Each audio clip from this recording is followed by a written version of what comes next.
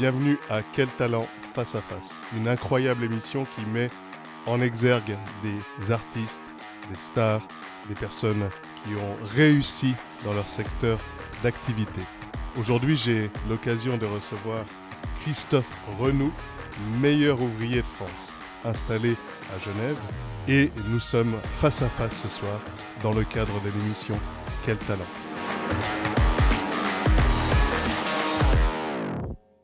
Christophe Renoux, meilleur ouvrier de France, un des meilleurs pâtissiers de Suisse, 28 ans de carrière, 5 boutiques à Genève depuis 8 ans, 100 000 followers sur les réseaux sociaux, meilleur pâtissier sur M6. Tu as un lien très spécifique avec la Suisse et la Suisse romande, n'est-ce pas ? Ouais, j'ai un lien particulier. La Suisse a été marquée très vite dans mon parcours parce que pour moi, c'était le pays du chocolat. J'avais à peine 16 ans et dans ma tête, je me suis dit, j'irai en Suisse apprendre le chocolat. Donc tu es arrivé en Suisse avec la pression, étant donné qu'effectivement la Suisse est le pays du chocolat. Alors je suis pas arrivé avec la pression parce que j'ai cherché des cacaoyers un peu partout en Suisse que je n'ai bien évidemment pas trouvé, mais en tout cas j'ai fait de sacrées découvertes et de sacrées rencontres qui m'ont fait vraiment aimer ce pays. J'ai fait un apprentissage classique en France et puis j'ai très voulu vite venir découvrir la Suisse pour son chocolat. Je suis arrivé la première fois en 2003 chez un artisan dans le canton de Vaud qui s'appelle Lucien Moutarlier.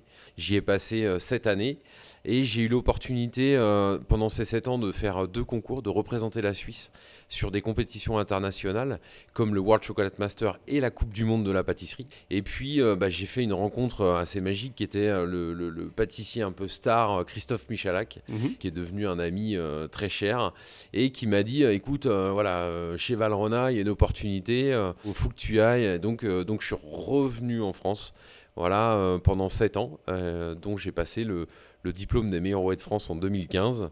Et puis après, j'avais un deuxième rêve qui était de m'installer. Donc je suis revenu un peu dans le pays de mon cœur, qui était la Suisse, pour m'installer à Carouge. Pourquoi ce métier ? C'est un métier de passion ? C'était le rappel, le souvenir des grandes tables familiales où je voyais ma grand-mère passer des jours à préparer ses repas festifs. Ça a marqué énormément mon enfance et je pense que je me suis orienté là-dedans.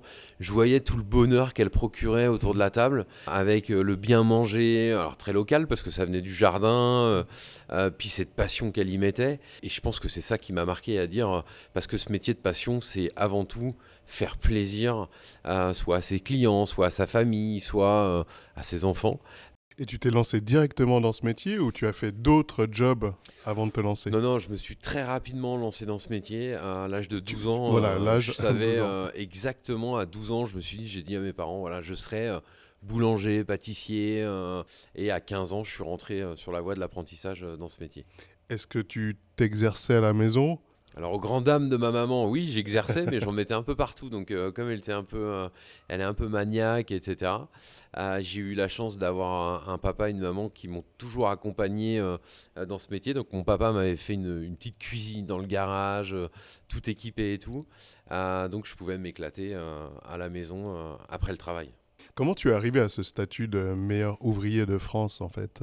Moi, je rêvais d'être comme les grands professionnels que j'avais croisés, avec ce col bleu, blanc, rouge, qui était un peu l'élite de notre métier.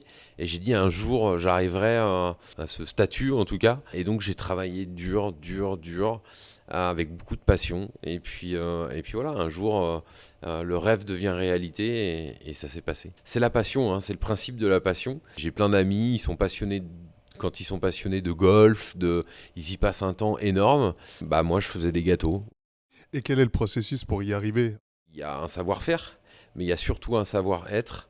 L'approche de se faire plaisir, d'avoir la notion avec la matière première, le respect.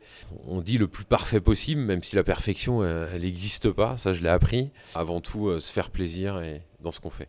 Comment on passe de pâtissier à entrepreneur dans ce métier ?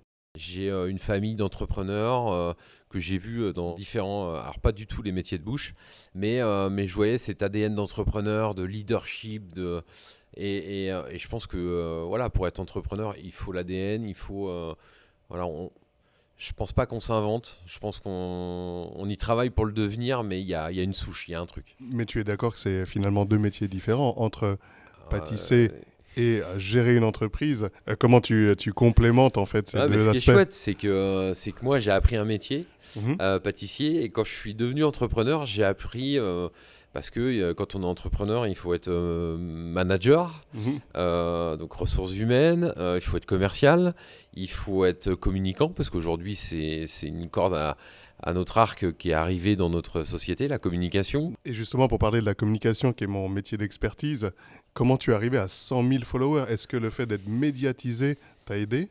Il y a une chose après laquelle j'ai jamais couru, c'est avoir cette médiatisation. Je pense Mhm. que il faut la laisser venir, il faut que ça soit naturel. Il faut qu'avant tout, c'est les produits qu'on réalise au quotidien Mhm. qui créent cette médiatisation.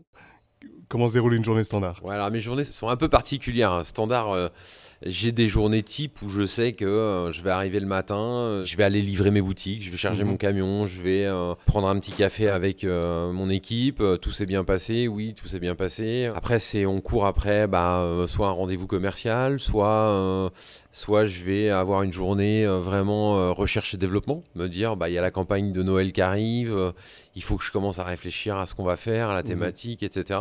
Tout ce que tu fais en termes de créativité, c'est toi. Oui, parce que on a construit une ADN, Mhm.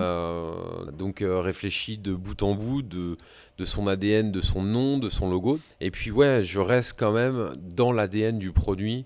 Ton produit phare aujourd'hui, celui dont tu es le plus fier. Celui dont je suis le plus fier, ça reste quand même le Mac sablé, qui est. Mhm. J'ai voulu avoir une rupture avec ce macaron. Le macaron, aujourd'hui, on en trouve partout. Et je me suis dit, puis j'en ai tellement fait, en fait, que je pense que. Je me suis dit, il faut que j'arrive à trouver un produit qui fasse sonner le macaron, mais en étant plus régressif. C'est 2 petits sablés enrobés de chocolat. On a tous mangé ça En effet. quand on était enfant.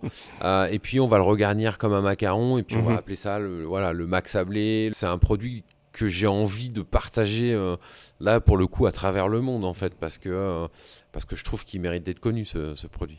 Quels sont tes prochains challenges et prochaines actualités? Mes prochains challenges, c'est toujours plus, quoi. Moi, il me faut de la vie, il faut de l'activité, il faut que ça bouge. J'ai horreur de la routine, donc les challenges, je me les mets. Je me dis, on a aujourd'hui 5 boutiques. Pourquoi peut-être pas une 6e Mhm. À Genève ou ailleurs? à Genève ou ailleurs. Pourquoi pas aller explorer un petit peu aussi le monde extérieur. Je dis non à rien, je suis ouvert à tout et je pense que la vie elle est faite d'opportunités et il ne faut pas se mettre de barrières. Maintenant, une exclusivité pour tes et nos auditeurs. Est-ce que tu as quelque chose à partager que tu n'as jamais partagé en interview? Ouais, je travaille sur un projet à l'extérieur de Genève. D'accord, Et donc qui reste en Suisse. l'ouverture d'une boutique à l'extérieur de Genève? Ouais. Ouais.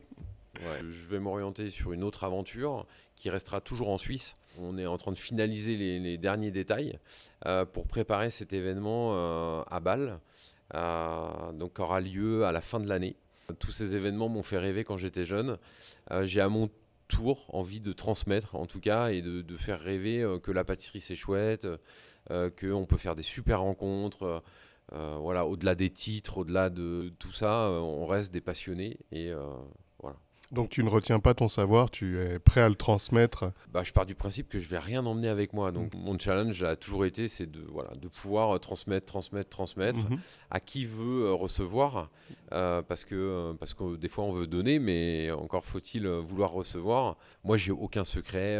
Toutes mes recettes dans l'atelier, elles sont à disposition de tous les collaborateurs. J'ai toujours dit que c'est pas la recette qui fait le résultat, c'est la passion, la graine, le geste qu'on va y mettre. Mhm. Tout ce qui concerne autour de la table, il faut transmettre. Voilà.